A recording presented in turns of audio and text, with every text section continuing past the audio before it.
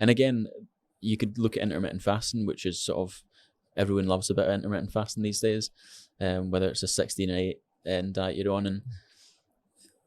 But when you speak to people about intermittent fasting and how they do it, or if they maybe do a 24-hour fast, 72-hour fast, whatever you want to do, and you ask them, is it a dry fast, is it a wet fast? And they're like, I don't know, I just fast. What's the difference? It's kind of as it sounds. A dry fast is nothing by mouth, like food-wise. A Mhm. wet fast is water. So you could do a complete dry fast that's got nothing whatsoever, no water, no nothing. And then you can do a wet fast, which should just be water.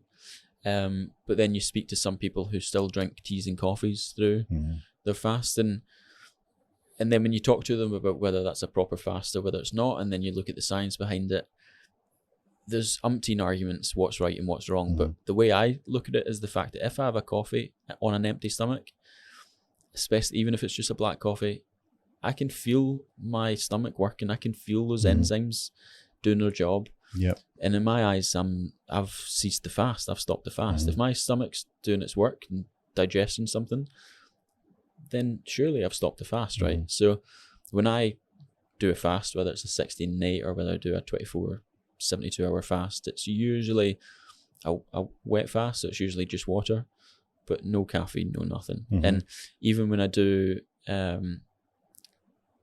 fasted cardio in the morning, sometimes if I do, say for instance, a 10k run, if I was to wake up in the morning, have a cup of coffee, cup of black coffee, go that 10k run, I would take a little bit of time to warm up in that run, like you always do. But say to be on like towards that 8k, I'll start to dip. In the last couple of k, I'll really struggle if I'm on that fasted cardio. But if I'm on just water and I do the fasted cardio, I feel by the time I get to that 7-8k, I'm almost charging. I'm almost reaching that ketosis. I'm almost feeling that, right, my body's ready for this run. And you almost sprint that last 3k. So for me, I just say that, well, if I'm fasting, it's just water, because I've done that experiment on myself and I know how But black coffee you're works. figuring out you. Exactly. And a great example I'll give you is when I started training, I didn't like cardio at all, and I was noticing I was putting on a bit of body fat. So I went, as you do, you're like, right, I need to do something. I need to move. What should I do?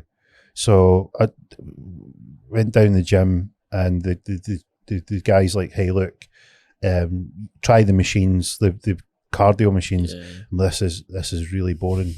I picked up the weights. I was like, oh, this feels. Yeah. I felt like there was a purpose that you do these, and there's and a lot some of people would probably tell you, well, you're not going to lose weight by just lifting weights. Well, nonsense. It's false. Yeah. Nonsense. Totally false.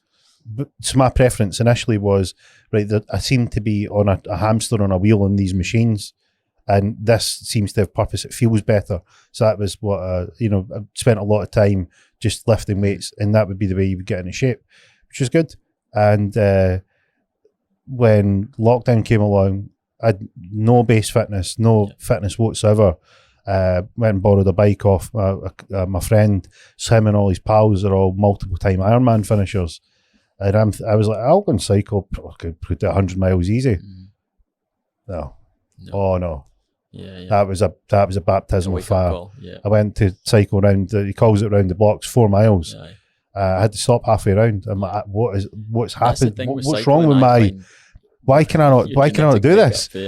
And that was when I realised there was like, oh, there's a whole other system that you can train. Because you think, well, fitness, you just go and exercise, that's it. You're either exercising or not. And I'm like, oh, I'll be fine. No. I think with cycling as well, it's one of these ones that it does give you a wake-up call very quickly. If you've not cycled for a while, you jump in that bike, you start pedaling, that lung burn that you get initially. There's no other exercise that I've done that I get that lung burn as much as when I do cycling. And then again, when you look at leading it back to resilience and looking at pushing through those boundaries, Tour de France cyclists must be some of the most resilient athletes that's out there. I mean, if you ever watch the Tour and you see how much that they're struggling by the end of the Tour, like, take your hat off to those guys. They're absolute animals. Do you know the measure? You know how you can measure how tough they are? Because it's difficult. Like, see if you've not done something resembling close to what they're doing. Like if you've been out on a bike, so you go out and you go up a long climb or a difficult climb or a long ride at a high pace, you can go, I get how difficult this is, because you've got something to measure it. But you go like, I'm in the ballpark of I'm doing the same activity. I'm not at the same level, but if I push myself, then I can sort of get a feel for what it's like. And you tend to be able to go, see, because what happens is you start and it's physical, and then it's how you interact with that physicality. Are you fit enough? Have you taken on the right nutrition? Are you fueling yourself properly? Have you got the base fitness and so on? But at some point that switches where it's a mental game. It's all psychological. Yeah, exactly. The body is capable of doing it, and you've got the first steps right. You've put the training in, you've put the fuel in, you've hydrated the body. Now it's psychological.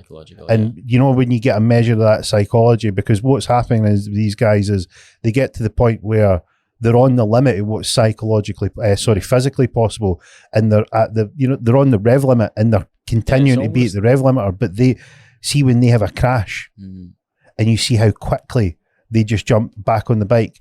That's when you can see how psychologically hard they are, because people would go like, I've taken chunks out my arm. I've battered myself. I've possibly broke something. People would be like, I'll take stock. They just like, give me a bike. Is that what? Have I just exploded the 20 grand's worth of carbon? Give me another one. And they jump on. They've got it all torn off them. And you go, what's going on in your psychologically? Where are you at? I need to get back to that pack, and that's why I think I fell in love with endurance sports, and